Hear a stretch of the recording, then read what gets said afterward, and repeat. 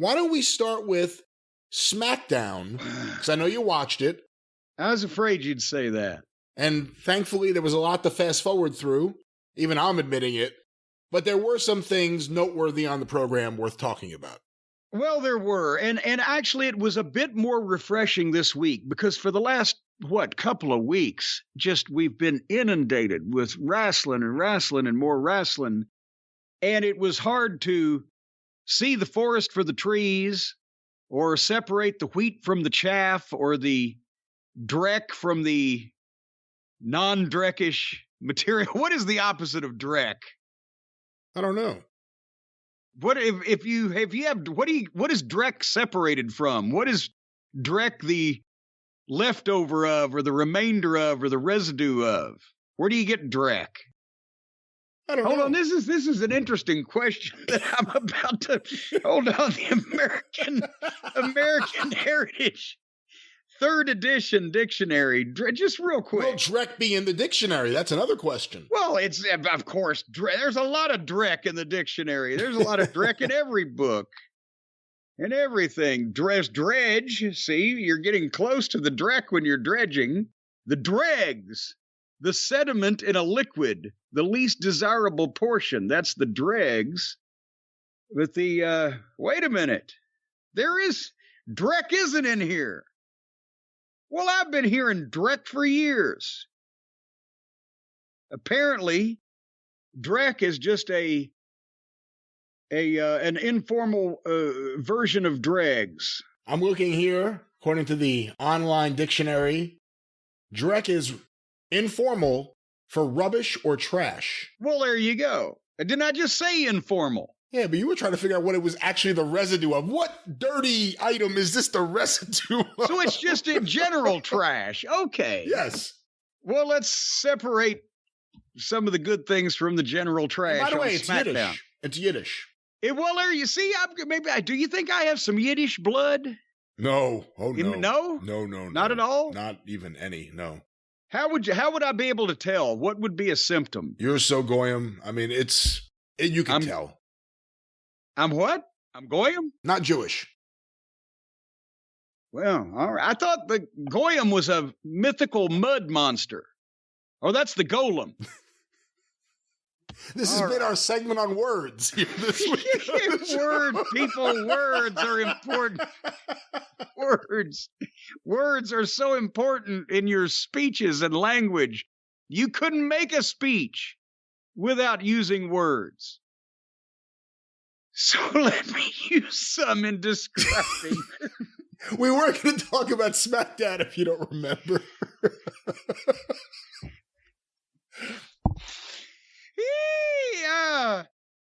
Smackdown on April the 8th. It started with Ronda Rousey.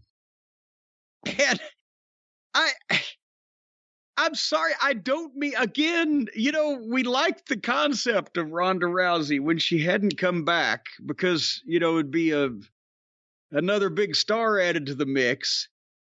Before, in previous days, she always talked, when she first got into business, she always talked about what a big fan she was. I mean, and Roddy Piper was her idol and blah, blah, blah. But on this one, they've told her to smile, which I don't agree with. Like I said, I love her game face, but they told her to smile and shake hands. But otherwise, she looks about as thrilled to be there as I do when I'm pulling into my fucking dentist's office. In her promos, she's now kind of nasally, as well as putting no oomph into it. She's making her statements that it's been suggested to her that she make. She doesn't look comfortable doing it. And it was a short promo, and she always has somebody usually in there now with her to fill in the blank spots, because she'll make a statement and then just leave the end of the participle just dangling in midair and kind of look around. And the summation of the gist of her statement was she wants an I Quit match with Charlotte at Backlash, because they showed the clip where she made Charlotte tap out when the referee was inadvertently detained elsewhere at WrestleMania, and now she wants to do it again. Before we talk about Charlotte, you saw it, or did you see this? Am I just rambling to a mud fence here who didn't see it? Well, some have called me worse, but you are rambling to someone who saw it. I saw it. Okay. Did I describe it any differently than you might have seen Ronda Rousey's participation in this? It's negative charisma. And you said she had no oomph. It was to the point where if the crowd actually made any noise, you wouldn't have been able to hear her. She was just putting no emphasis on anything. And I think at some point you have to say, do we keep doing this if she doesn't improve? And then we can just say she failed at it? Or do we stop doing any in-ring promos with her and just do something else that's more effective, like some kind of video, a vignette, something that shows her kicking ass, shows her being tough, shows her being a badass, not showing her talk like this. Well, and I don't think, when you said she's not improving or what, I'm not saying that she stinks naturally. I'm saying that this seems to be, for a big-time wrestling fan that was such a wrestler, and her friends, Marina and Shayna, and what was the other girl's name? The Four Horsewomen. She's not trying. Jessamine. She's not trying. She's not into this. She's not thrilled doing this. She's not enjoying it. Something's going on where it's not, because if you're a wrestling fan, she would be out there, unless they've told her, don't put any emotion in this whatsoever. Don't go out there and hot dog in any way. Don't. I don't. It just doesn't look to me like that she's caring about it or whatever. There's something going on. Is she over it now? She's done the wrestling thing. Now she's contractually obligated. Turner. That's the other thing. Maybe if she could do heel promo in the ring, maybe she could do better with that material. Because this shy baby face, I mean, I don't understand why they think this would work. It's not working at all. And when I was listening to the material, and it was like, my mom told me, you got to beat them twice, and I only beat her once. And I'm putting as much emphasis in it as she did. Yes, that's what I'm saying. It wasn't like, and my mother, with all the things that she taught me, and the most important. No, it wasn't. It was like, yeah, Mama said. Mama says it bees that way sometimes. But then, and everybody says, oh, he's in love with Charlotte. Cornette is. Yes, they do say that. Because of Flair or what? No. She came on screen and perked this up. If she is not the best heel promo of any female in the wrestling business, who is right now, off the top of your head? Britt Baker? I don't know now whether Britt is an entertaining heel promo. And by the way, have we heard her talk at any length in a while? We couldn't shut her up for a while there, and now we don't. But she's been off the show since she lost the belt. Well, exactly. But the point is, she's an entertaining promo. But is she an entertaining babyface promo because she does an entertaining heel? I'm talking about being a bitch, a heel, condescending. Charlotte is articulate and well-spoken, but she also has that aloof. She's not being a funny smart-ass girl. She's being the Nature's daughter. And that, to me, it took you a while to think of Britt Baker. Can you think of anybody else? I'll give you that Britt's in the conversation in a different fashion. Becky Lynch? Becky Lynch is the other one. And I, again, don't know that anybody is the straight-up classic heel. She's the nature girl. She's the Buddy Rogers. She's the Ric Flair. She's the classic bleach blonde heel in wrestling that thinks they're better than everybody else because they are better looking. They've got a better body. They make more money. They wear better clothes. I mean, she's taken the fucking Miss Olivia robes to a ridiculous extreme. She has an advantage over her dad, though, in the sense that he was fantastic, but at a certain point, the people wanted to cheer him and they were never going to stop wanting to cheer him. I don't see that happening with her. So she can be a heel and stay a heel. Rick wanted to be a heel, but he couldn't stay a heel or really truly be a heel after a while because people are going to cheer him even if he attacks the biggest babyface. Yeah. And here's the thing. Now that the people are all smart, a lot of people in Flair's day, when they started cheering him, weren't smart, but they had to cheer him even though he was a heel because he was a cool heel. And like you said, the talent and the whole 9 yards. Now the same thing. Everybody's smart. And instead of cheering her because she's good at her job, they're booing her because they're buying the fucking heel. I don't understand it. But anyway, the point is, Charlotte perked this up. And Ronda answered her, and the best part of that was her mean face that she made at the end. Maybe that should just be the package, a collage of Ronda Rousey's mean faces. Because those make her look like fucking second coming of Chucky or something that, and my name is Talkie Ronda and I am going to kill you. You believe it. That's, But anyway, that was that interview segment. Yes, it was. And that was over with quick. And then here comes Butch.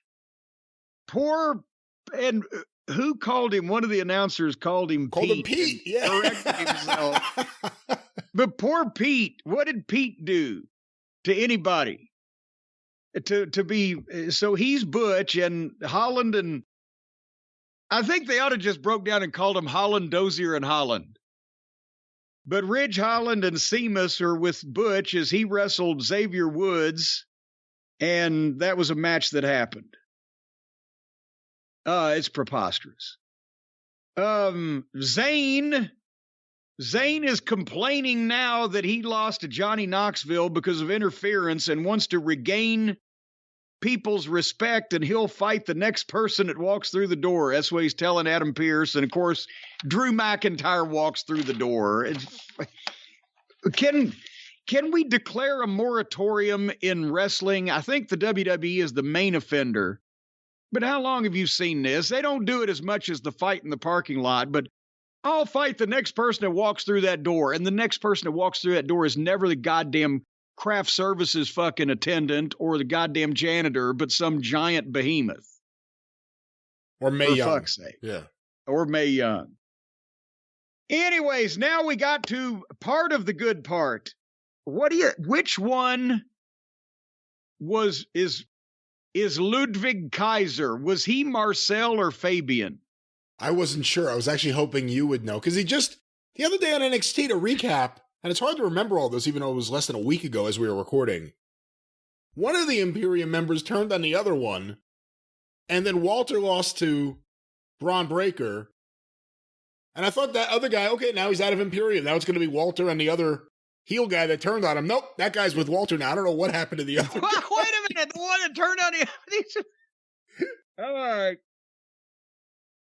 Anywho, Ludwig Kaiser, who is either Fabian or Marcel in a previous existence on the other brand on the same network.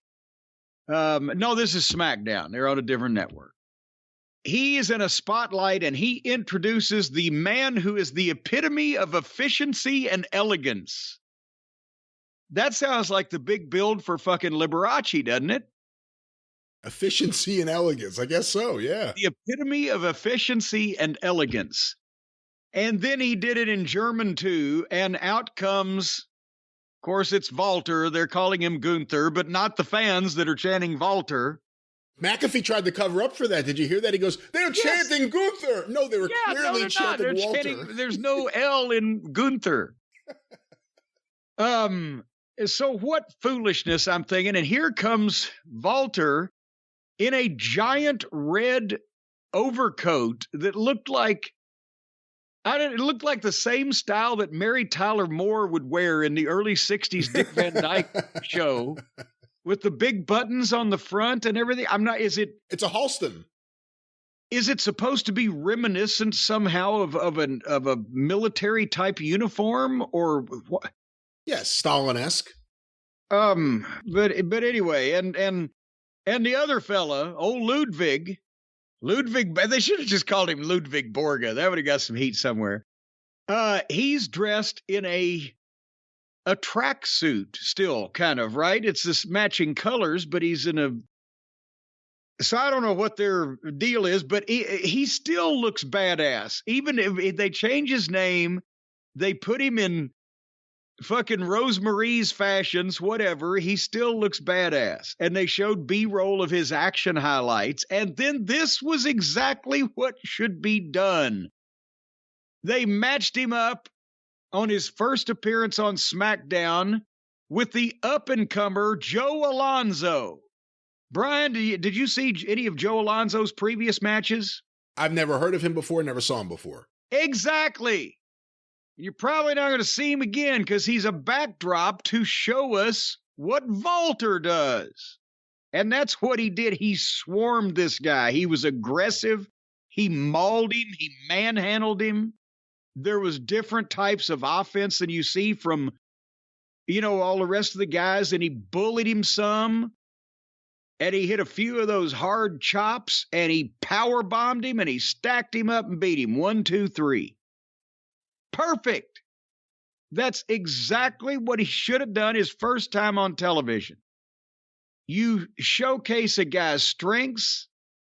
You fucking show the people what he can do.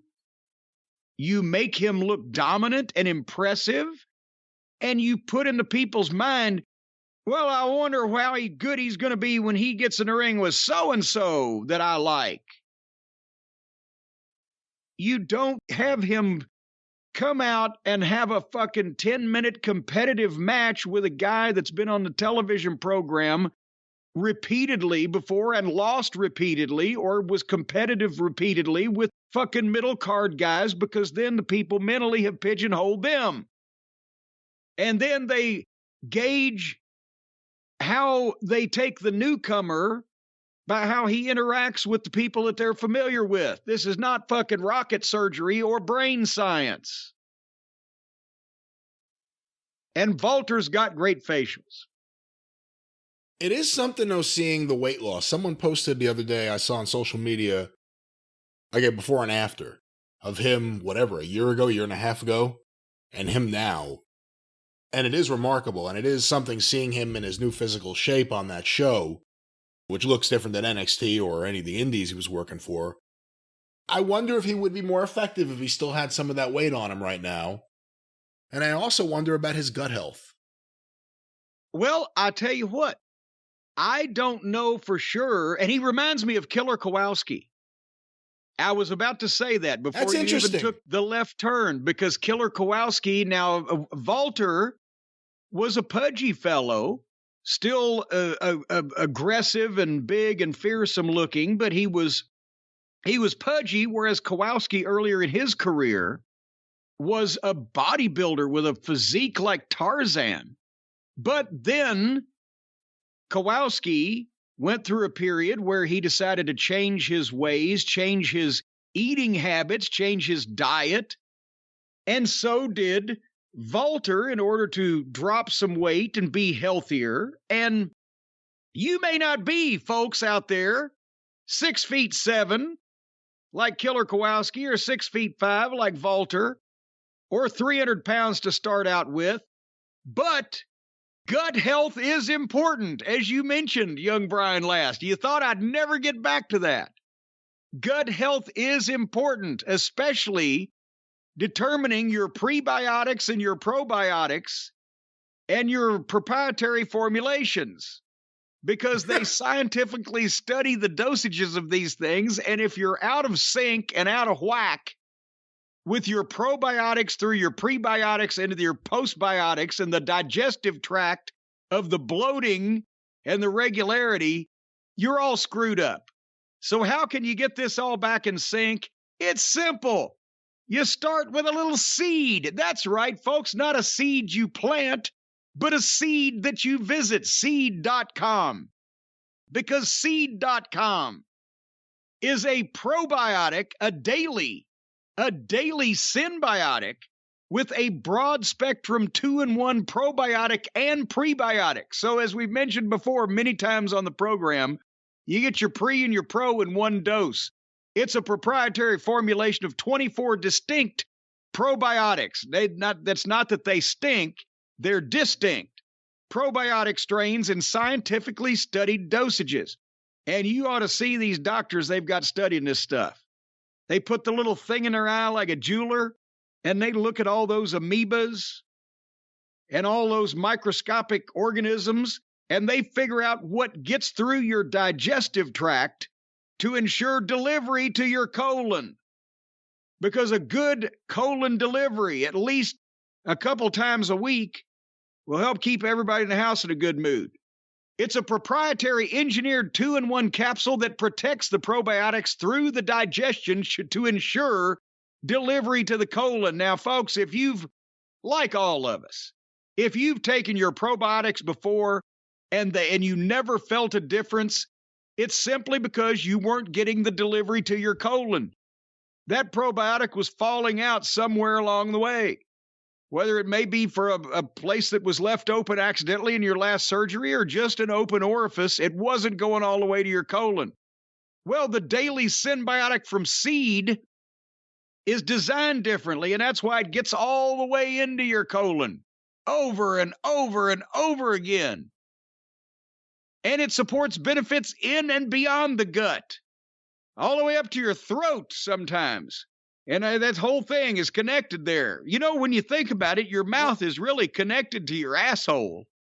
What? And there's just a few things in between, but it's pretty much a straight route. So Seed will support ease of bloating, healthy regularity, and ease of evacuation. There may be some twists and turns. Well, there's twists and turns in everything, but it's the same.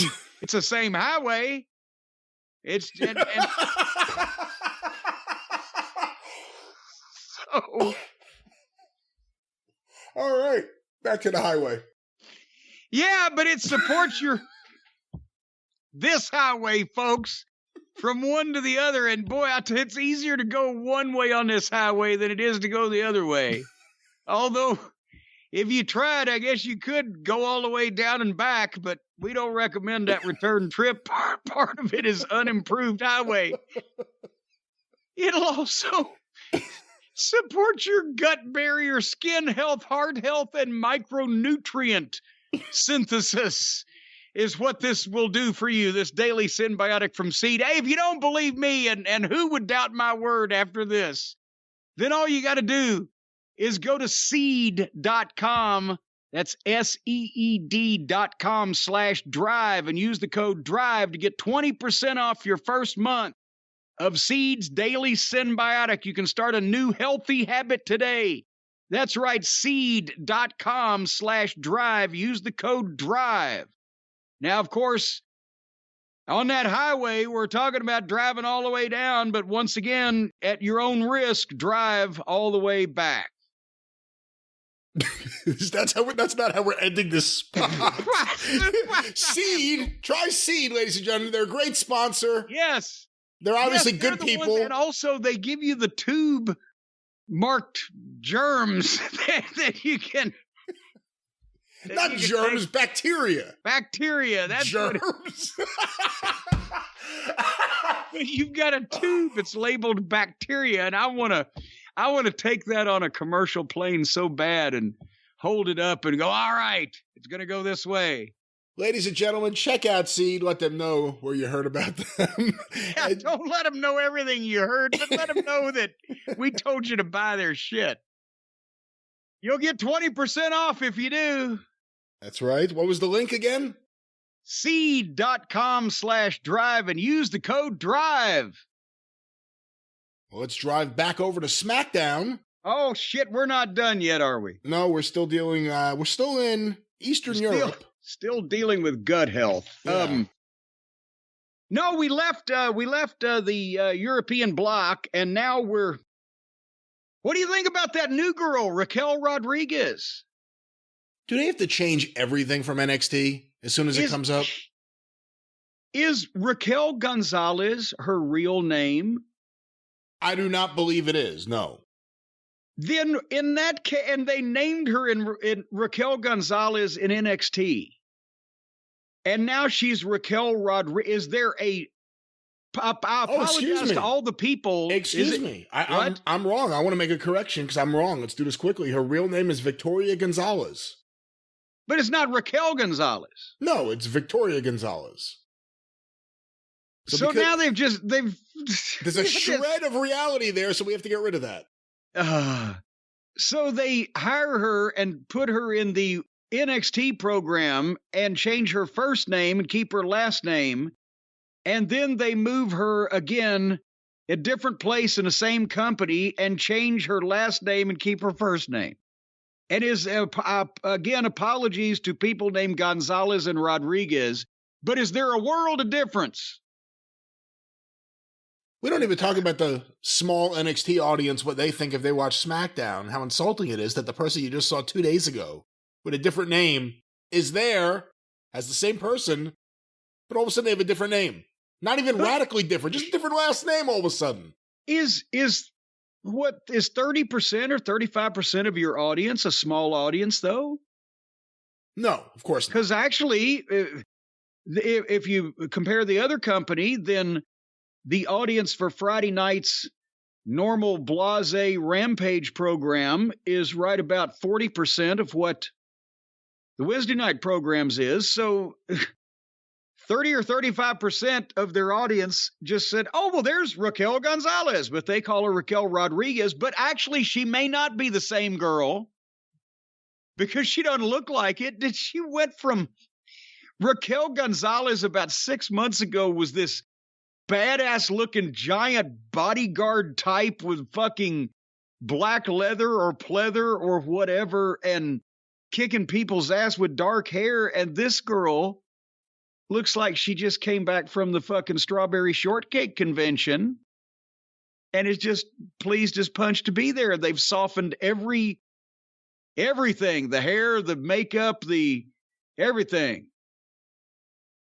She was wearing a nice, cute little pink top. Glamour girl, Raquel Rodriguez. That's her gimmick. Towered over Kayla Braxton. Well, yes, that's another thing. She's got to be 6'2", 6'3", or what? I don't know what kind of boots she's wearing, heels, whatever, but she's bigger than everybody else. So how did Vince not make her a female Diesel? And I mean that in the positive way of the massive push and the, constant promotion, not, just making her a goofy gimmick. Vince may not have known she existed until he invaded NXT. Oh boy. Well, but next on SmackDown, we had would you call this tragic? It's always tragic when friends fall out, when bonds are broken, when people who have had a love and admiration and respect for each other suddenly go awry, or when two job guys with no apparent end to their bit suddenly just decide to fight amongst themselves. Happy and Mosh Pit are no more. Brian, what segments are we going to skip now without Happy and Mosh Pit? The interesting thing is that the fans are really getting behind Mosh Pit here in this segment.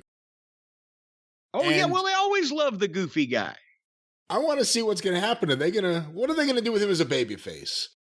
Everything with Corbin since he got money. I liked him as a bum. I thought him as a bum was great. It was a great gimmick. He looked the role. It was perfect.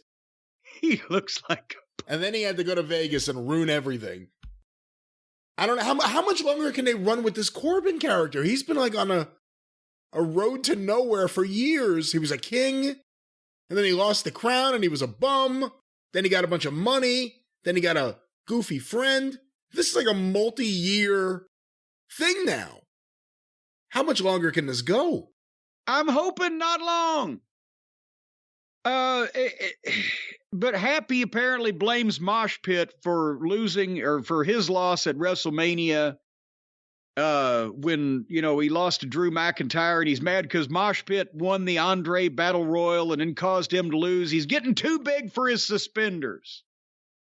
And I guess the WWE audience just now or these days is just the people who are going to accept the silliness and the falderall, and at least when, like I said, with Mosh Pit, they're getting behind him. When something remotely happens on the show that they're at, they'll get behind it because at least it's better than watching the video packages. But how can either of these guys be taken seriously as wrestling talent? I use that term in quotation marks.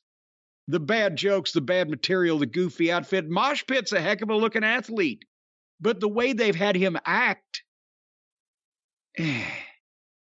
So anyway, they got in a fight, and there was no room to do it in the ring with all the furniture of the set of Happy Talk with the chairs and the trinkets and the accents and there's the Davenport and the Schiffer robe and so they get out on the floor and fight a little bit where they've got some room, and Mosh Pit bounces Happy's head off the desk about 25 times, and then they get back in the ring and Happy gets clotheslined to the floor, and there we go. There we go. There we go. Well, then the next person that walked through the door when Sami Zayn shot his mouth off was Drew McIntyre, and Drew McIntyre beat him up, and then he ran off through the crowd and got counted out. What about Lacey Evans? Remember the Southern Belle with the parasol and the bitchy attitude? Well, she was a phony all along. You know why she's back, right? I have no earthly clue. Do you remember what happened, why she left? I do. I have no earthly clue. They were going to do the angle with her and Flair, remember? And Charlotte was unhappy about that, but Flair was siding with Lacey. And then she got pregnant. That's why she's back. Ric Flair, child support. No, come on. Quit. I thought you were going somewhere with that. That should be the angle because everyone will believe it. I'm back now because I ended up having a child with Ric Flair and I can't get any money out of it. Stop it. No. Again, is it the same person? Lacey Evans was the Southern Belle. She was bitchy. She was heelish. She would walk out to just do an entrance and then turn around and leave just so people could see what a glorious flower of Southern femininity that she was. And now, apropos of nothing, but she's been gone for a year because she got pregnant and had a baby. Or did she really in real life get pregnant? I believe so. Okay. I believe so. But now she just shows up and they've stood her up against a background and told her to tell her sympathetic life story. Okay, go. With music and crowd noise behind it. Yes. I'm not knocking her story. I'm knocking the presentation of same. Why did they do that? Besides the fact that they overlooked that story beforehand to go with Lacey Evans and her parasol twirling around and making entrances for no reason. Okay, that's one decision they could possibly rethink at a later date. But now if they're going to do it, why not work her back into this with an update on former WWE superstar Lacey Evans? Or better yet, maybe don't even remind people that she was here doing all this shit before. Here, Lacey Evans, what an incredible story. She's training to come back after having a baby, but her life has been full of challenges. And do a package. Have somebody narrate it. The only thing worse than having, in some cases, a talent come out and tell how great they are if you're trying to make them a baby face, when they have to tell how great they are rather than somebody else talking great about them, the only thing worse than that is when they are put in the position of having to tell their own sad story that you're supposed to feel sorry for them about, instead of them commenting on the story that someone else is telling. Do you see the difference, Brian? I do. If you're watching a documentary on somebody that's had a hard life or tragic circumstances or whatever, if there's someone relating this story and then you get comments from that person, you don't get the feeling that that person is on purpose trying to play on your sympathies by telling this tale of sorrow and woe. When they just stand a talent that is not obviously the greatest public speaker in the world, she may have been sincere, but that would be a hard story to tell under any circumstances. And now they're just saying, here, stand up here like you're in a police lineup and tell it. That's ridiculous. And it contradicts everything that we've known about this person so far on this television program. And we got it sprung at us in 1 2-minute segment. A deprived childhood, addictive father, sad stories all around, but she was in the Marines and she's a mother and it's almost at some point she partnered with Wally Amos in the famous Amos Cookies empire. It was everything, right? In 2 minutes. They could have taken 3 or 4 weeks to do a 1-minute little piece on her each week as she trains to get back in the ring, and it would have been more natural. And also, I mean, do you see what this came off see-through like somebody has told her to tell this story as a marketing strategy, did it not? She seemed very sincere. Like you said, the way it was done was weird. Having music in the background, having the crowd noise, the background. They said the story will continue next week. So obviously this will be. What more can there be? And then she was kidnapped and taken away to live with the monks in Tibet. Well, she didn't go into her military career yet.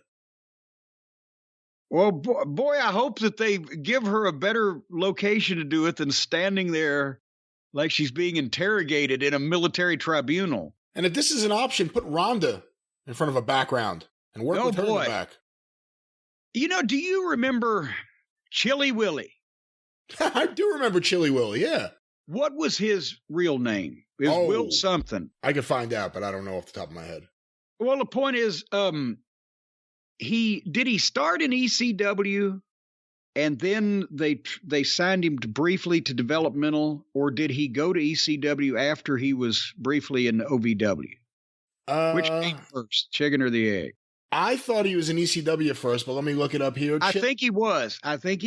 William Jones is Chilly Willy, and he was actually one of the guys in Matt and Jeff Hardy's Omega promotion, and then he went to ECW.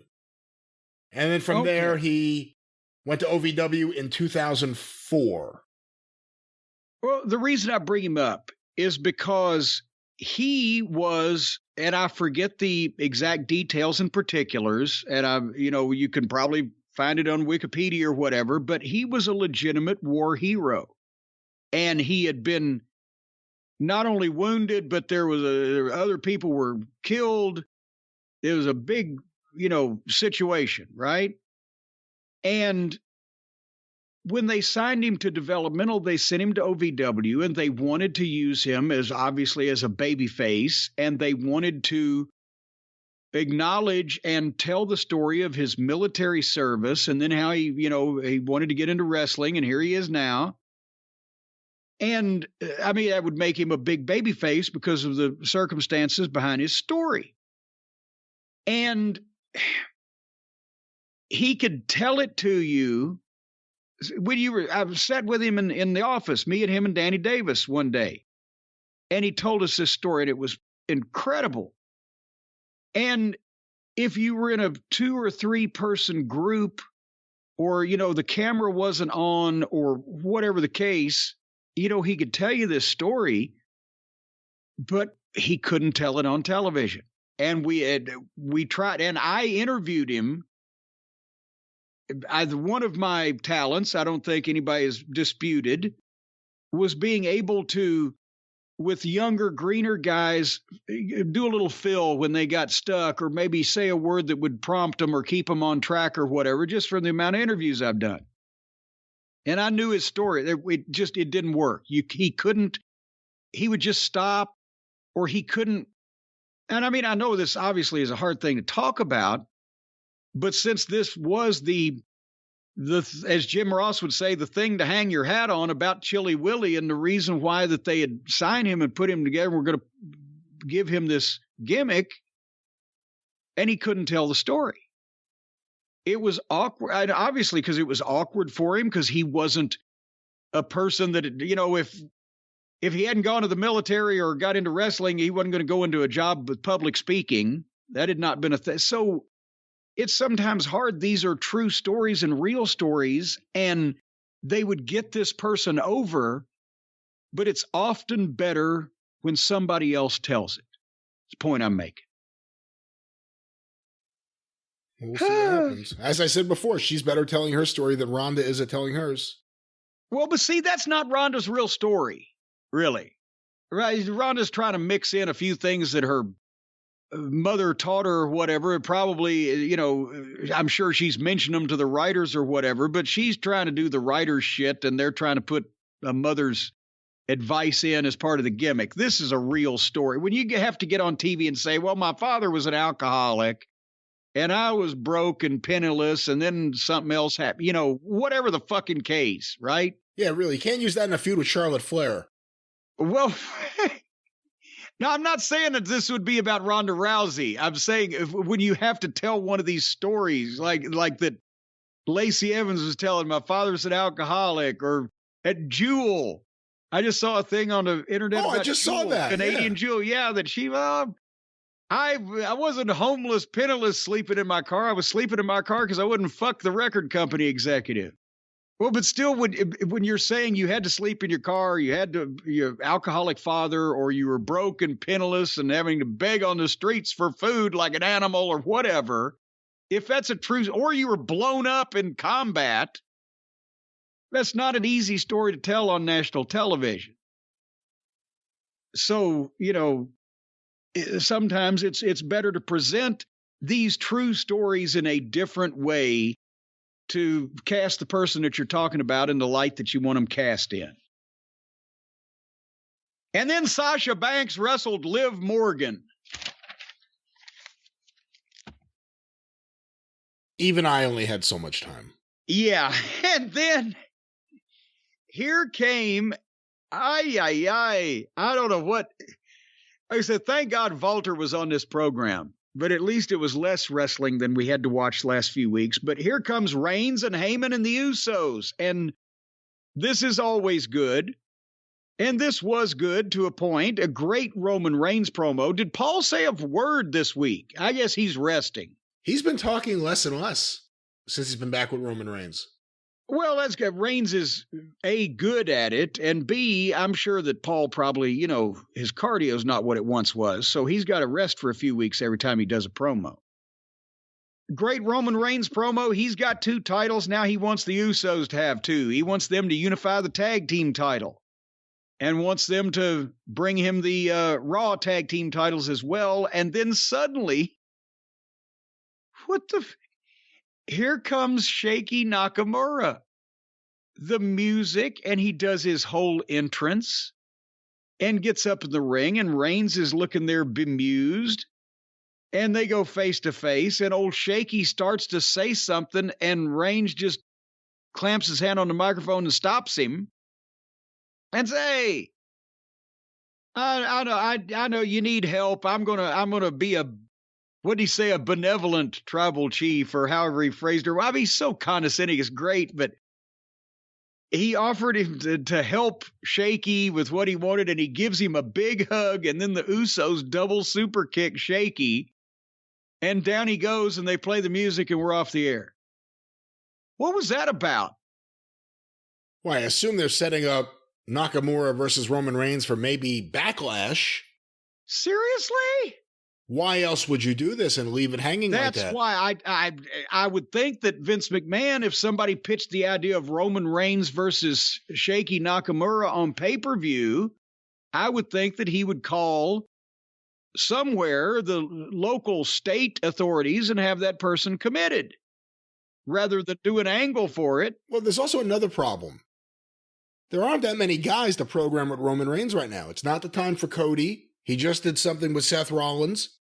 I don't know when Brock's coming back. It may be for a rematch soon, or it may not be. We really don't know. Drew McIntyre's completely cooled off. Big E's out of action, maybe for good. We don't know. Who is there to really program Roman Reigns with right now? You know what then I would advise to Vince McMahon? Fire the writers. That's why you're in this situation. There's all kinds of wrestlers out there. They haven't written for them and allowed them to go away. Or who's in charge of your talent relations? They've fired a bunch of wrestlers that are over on the other channel. Every once in a while, you see them. They do well when they're visible. Whose fault is that? And whose fault is your fucking, well, I know whose fault he thinks his developmental is. But the real fault of the developmental is whoever's been running it for the last 6 months that didn't, instead of changing it, I will agree, there were too many smaller guys that were never going to make the main roster. But NXT was a good wrestling program, or a better wrestling program than the other ones. And at least was, in some cases, a place where if a person had natural ability and the ability to listen and learn and understand things, and not just be a mark or a spot monkey, you could advance your game there. But now it's turned into a fucking psychedelic protoplasm of greenness and bad 90s gimmicks. Come to think of it, I think you ought to fire everybody. The writers, the producers, the creators, the talent relations people. Well, not the producers. It's probably not their fault. Just the writers, the talent relations people. Well, if you're going to clean house, you got to clean house. Well, in that case, why don't, you know what they ought to do? They ought to just trade. Vince ought to just call Tony Khan and say, Tony, let's just trade companies. I'll give you mine, you give me yours. You know, there should be talent trades when you have a contract, when you have a guy and you have a couple of years to go into contract and you just either don't want to use him, you're not going to use him, or you just don't think there's anything there. It's too bad there isn't a relationship where you can go, hey, Tony, do you have anyone with the same length of contract left? Let's trade contracts. Yeah. Oh my God. You know, in OVW and developmental, I couldn't get them. I couldn't twist their arm and talk them into calling up people that I thought were ready. But God damn it, there were people a number of times that I couldn't get rid of to save my life when I would like, please, if you can't take them, then fire them. But I don't have anything else for them. They've been here forever. Anyway, that was SmackDown. But I'll tell you this, Brian, you know, I've been reading up on some things. And I've found some things that I didn't know. They've been studying these things. And of course, the more you study things, the more things you find out. And if I'd have known this years ago, I could have modified accordingly. Do you realize that headaches, teeth grinding, even digestive issues we've talked about can be caused by stress, Brian? Did you know that? Makes sense. And sleeping too little or sleeping too much or undereating or overeating, those things can be caused by stress. Did you know that? Well, that too makes sense. Did you know that even doom scrolling that the kids call it, that's where they scroll on their phone just endlessly, that can be caused by stress? I didn't know that. I didn't know anything about doom scrolling. I thought that's what you called it when Ron Simmons played on his phone. Well, no, it is even worse because it's caused by stress. And folks, if you're stressed in your life, you know, I've dropped out of society, completely avoid human interaction, because the real cause of stress, Brian, is human beings. They're a deadly organism. They can kill you. I got one particular one that's stressing me right now. I won't tell you what his name is, but you're intimately acquainted with him. Oh, hello. Yeah, but anyway, if stress is getting you down and you don't have the option that I had of removing yourself from the human race, folks, maybe it's time to take care of yourself in a world that's telling you to do more, sleep less, and grind all the time. I used to grind my teeth when I was a kid because I was very high-strung even then. Mama Cornette would remark about it all the time. Here's you a reminder, folks, to take care of yourself, do less, and maybe try some therapy with our friends at Betterhelp. Because Betterhelp is customized online therapy that offers video, phone, even live chat sessions. You don't have to see anybody on camera if you don't want to. You can be on the phone. You can chat like the kids do. You can write them letters if you want to. It's more affordable than in-person therapy. No waiting rooms, no trips back and forth across town, and all kinds of iffy weather.